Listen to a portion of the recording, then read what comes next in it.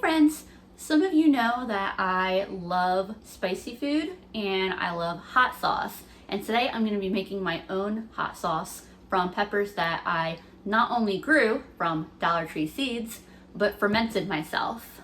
To get the full picture of how much time and love is going into the hot sauce, we gotta go way back. Last winter, I had decided that this was the year I was going to actually follow through on starting a garden. All of the seeds for my hot peppers came from the Dollar Tree.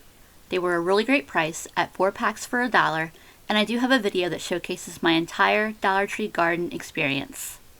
I started my hot peppers later in the spring than I probably should have, and took too long to move them to bigger containers, but despite my beginner learning experiences, I did end up with some really beautiful pepper plants.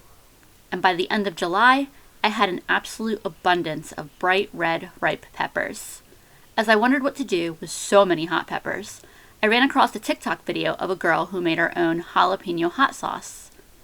Then I went down the rabbit hole of hot sauce video content, and here I am today, ready to try making hot sauce for myself.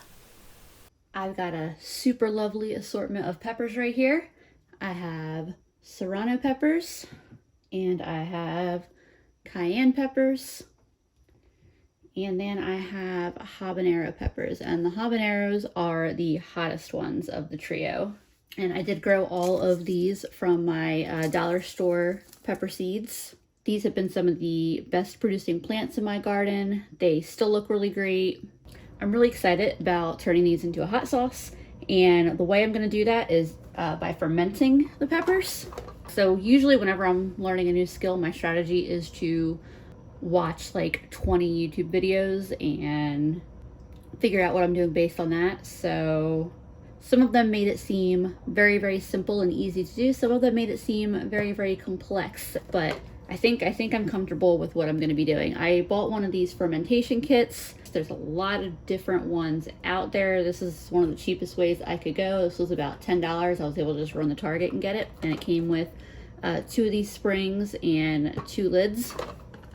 And really the main reason I went with a fermentation kit that had the lids like that is because when you're fermenting it, you have the peppers in a brine and it's building up gas, and you don't have to have like the spring in the lid. You can just unscrew your lid and burp it, as they say, once or twice a day, maybe even every couple days if the fermentation's slow. But I'm going out of town in a few days and I'm gonna be gone for a week.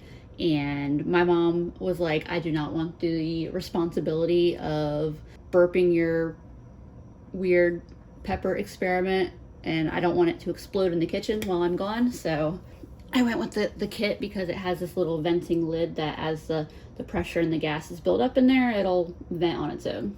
So I did snag a couple gloves so that way I could use a glove for handling these hot peppers. I don't bother with gloves when I'm cutting like jalapenos and stuff, but these are a little bit hotter than jalapenos, especially the habaneros, so I figured let's just play it safe. And it's also, just having the glove on the hand is a good reminder like not to touch my face or anything like that. Basically, I'm just gonna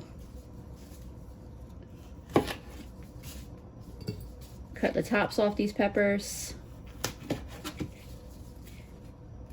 and then kind of keep them in relatively large chunks. I'm not going to worry about the seeds. Andrew just brought me a light, so hopefully everything's a little brighter and easier to see. A few days ago, my mom texted me and she's like, hey, what are those little peppers you have that kind of look like bell peppers? And I figured out she was talking about these ones. And I'm like, yeah, they're the habaneros. And she's like, oh, yeah, they're pretty spicy. I'm like, yes, they are.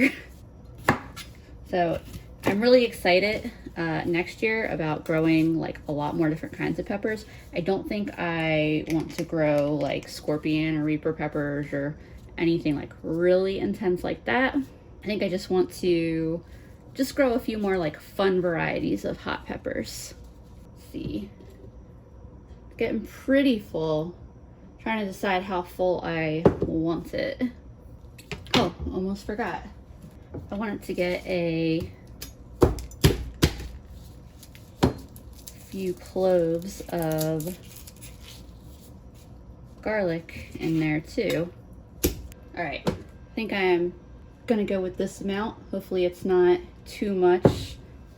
I'm also trying out this thing I saw where they use a onion to help with pressing everything down and help keep little pieces from popping up. I'll use the rest of the onion for dinner tomorrow because I'm making carnitas. Next, I need to make my brine, and I saw a whole bunch of different ways that people did this. I'm gonna go with 500 milliliters of water in another jar. And then to my 500 milliliters of water, I'm going to add 18 grams of kosher salt. We'll stir that around. I've had that jug of water sitting on the counter all day, so that way it wouldn't be cold water, because I didn't want the salt to have trouble dissolving. All right, that seemed like it dissolved pretty well. And this salt to water ratio, I believe, is like a 3.5% brine.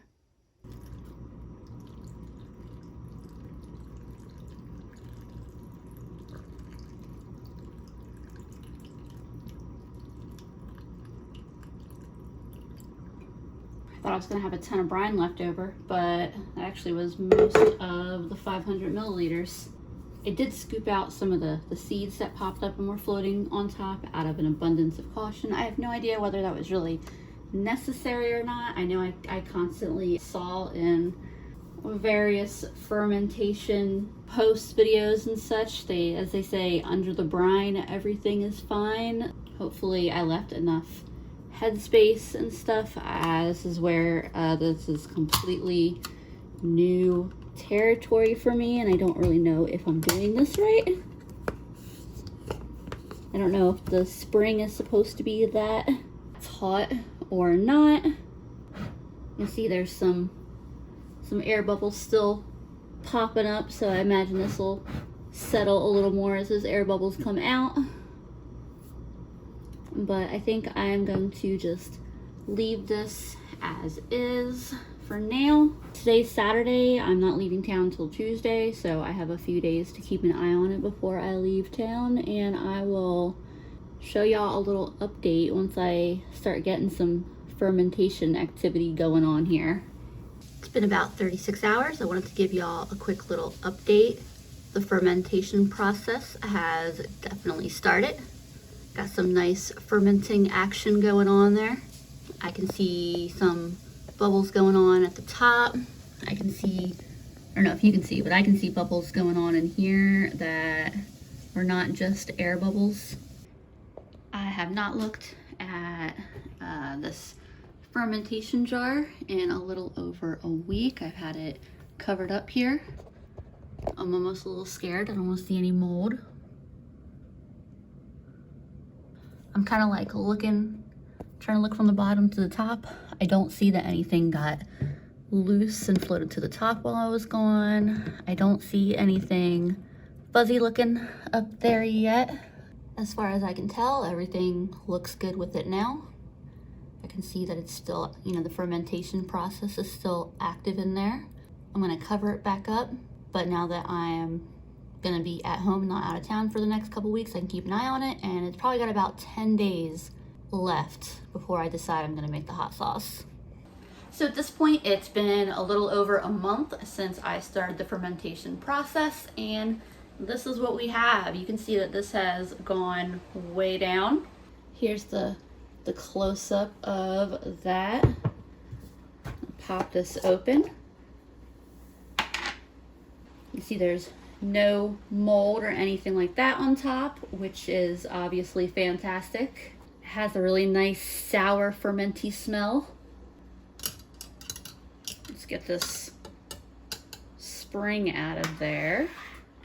I'm not gonna lie, y'all, I definitely had to Google what fermented peppers are supposed to smell like, because it's not necessarily a bad smell, but it's not a good smell. It's hard to describe. I don't even know how to convey the disappointment I would have felt after like all this work and time and the amount of peppers if I had opened this and there had been like mold. But first thing I want to do is separate the brine from the peppers.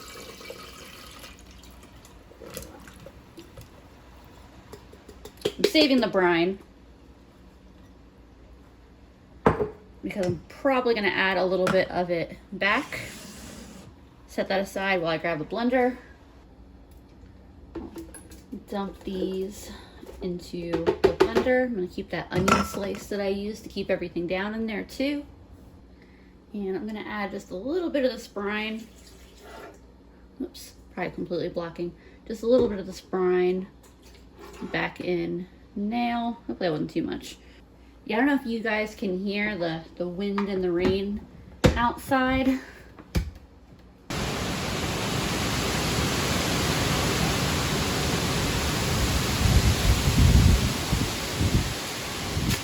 We are experiencing what is now Tropical Storm Ian today in the Carolinas.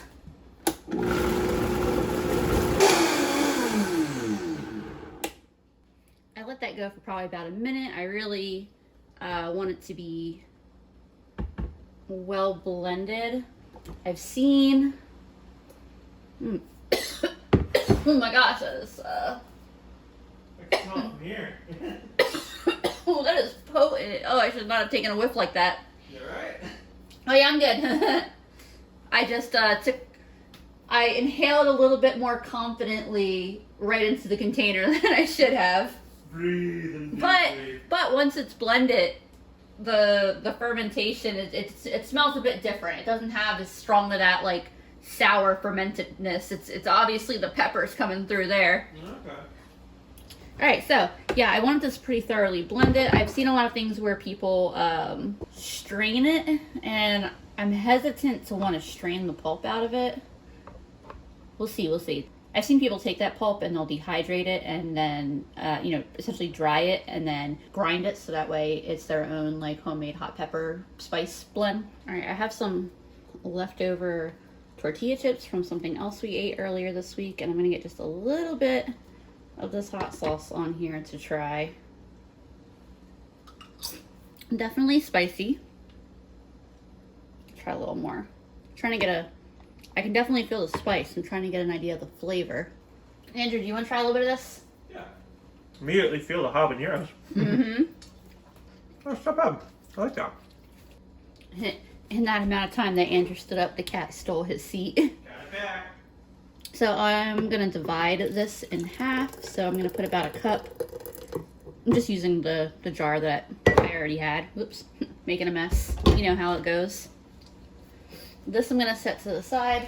So I wanted to try some with vinegar, some without, which is why I separate it. If I love it with the vinegar, I may add vinegar to the whole batch. Got a little over an 1/8 cup, I guess, there of vinegar.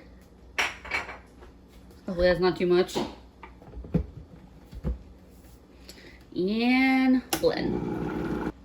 Y'all, if you make your own hot sauce, especially if you're using a lot of habaneros or spicier peppers, whatever you do, resist the urge to lean in and smell it because it's such a natural thing to do and I keep forgetting not to do it. And I'm feeling the consequences of that. Trying a little more here. You see it's a little thinner. I think I'm going to add vinegar to all of it because I really like it with a bit of vinegar added. It makes sense. Most hot sauces that I use have vinegar. Yeah, I'm going to have Andrew. That sounds like I want to try it. Mmm. Right? Yeah. I like it with a bit of vinegar, so the whole batch is going to be... Is it white? With vinegar. Yeah. Yeah, cool. I like that. So I'm going to add this back in there and with a little bit of vinegar, and I'll get back with y'all in just a minute. So in total, I added probably like a 1/3 cup of vinegar to this. I have around 2 cups of hot sauce, around 16 ounces. I have these 5-ounce bottles that I got from Amazon, of course. I really went back and forth on whether to buy bottles or whether to just like use, I mean, you know, because I could technically put all of this into a pint mason jar or something. I'd have to use a spoon to spread it. So I'm like, that was one option. I thought about trying to use bottles that I, you know, already had, but in the month that I've been fermenting, I haven't had any bottles that were remotely similar to this go empty. I thought about trying to get free bottles through, you know, like a local buy nothing group or something like that. But ultimately, I would really like to get into regularly making my own sauces and that kind of thing. So these just seemed like a really like nice investment, and I can use these over and over again. And they really weren't very expensive. I think it was like $20 for 12 bottles. And these are 5 ounce. I went back and forth on whether to get 5 ounces or 3 ounces. Here's an example of what a 3 ounce bottle would look like. This is from Dollar Tree, by the way. It's pretty decent. Maybe in the future I will also get some 3 ounce bottles. Maybe I'll ask them for Christmas or something. But it came with these little shrink wrap things, so that way when you put there's the lids. When you put the lids on, you can like shrink wrap it. I probably won't end up using these. And then I like this set because it also comes with the little plastic bottle inserts that keep you from pouring a ridiculous amount of hot sauce in one go. They were packaged really well. Nothing broke in shipment, which is always great. My only complaint about this set is some of these sets come with a little funnel. This one did not. So I'm gonna figure out real quick what I'm gonna use in place of a funnel. My first kitchen thing that I'm gonna try to use to get the hot sauce in the bottle is this little, it's an insert for the Keurig or coffee pod side of our coffee maker. This one is made so that way you would stick there's another pod that goes inside of it that you fill with your own coffee grounds. And Andrew and I were using that for a while, and so we realized that we just really don't like Keurig or pod style coffee. It just always tastes burnt to us and just not great. So we switched back to just using the coffee pot. I'm gonna try this out as a little funnel doohickey and we'll see if it works. By the way, y'all, I am excited that the power has stayed on for the duration of this. Andrew's saying, don't jinx it. Looks like it might work. But yeah, our power has been flickering on and off the entire day. It went off twice while I was trying to take a shower. This is slow, but I think I'm going to stick with this. I actually don't even need to hold it. So I can just let that drip. I can walk away from it and let it drip. Yeah, it's like coffee.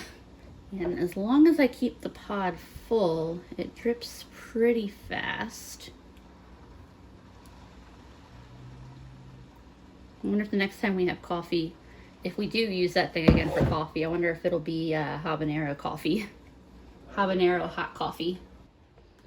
I've got one filled, I got the next going, and I am so impressed over how this is going. This thing right here, how well this is working out. Last bottle, and that storm is really picking up outside. My bottles are full. That really didn't take long at all. So I got the little tops here I'm gonna put on. I'm guessing that 5 ounces is actually like probably to the neck of the bottle, because I had like 17 or 18 ounces and it fit really nicely in these 3 bottles. I'm gonna keep these in the fridge. It seemed to me like the fermentation process was, you know, mostly complete, had really slowed down. Because it is a fermented hot sauce, the fermentation process might still be going a little bit. So I'll probably just crack these open in the next week or so,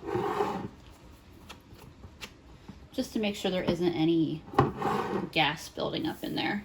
Here is the finished bottled hot sauce. I just used a little bit of removable vinyl and threw this together real quick. It is not a very creative name, so if y'all have any clever and creative names that you think I should be calling my hot sauce, do please let me know. I am so excited to try this with dinner tonight, and I have a few ounces of peppers in the freezer, and it looks like my garden is gonna put out one last round of peppers. So I'm really excited to get another batch fermenting. I think I'm gonna try some different things. I have some banana peppers and bell peppers. I wanna throw a few of those in with the ferment and maybe some carrots, I'm not sure. Like I said, looking forward to eating this hot sauce recipe. If you have made your own hot sauce, let me know. Let me know if you have a recipe you love. I'm sure that you're gonna see me using this throughout my next several videos, so I'll let you know how it tastes with different foods, with different dishes, and I will see y'all again soon.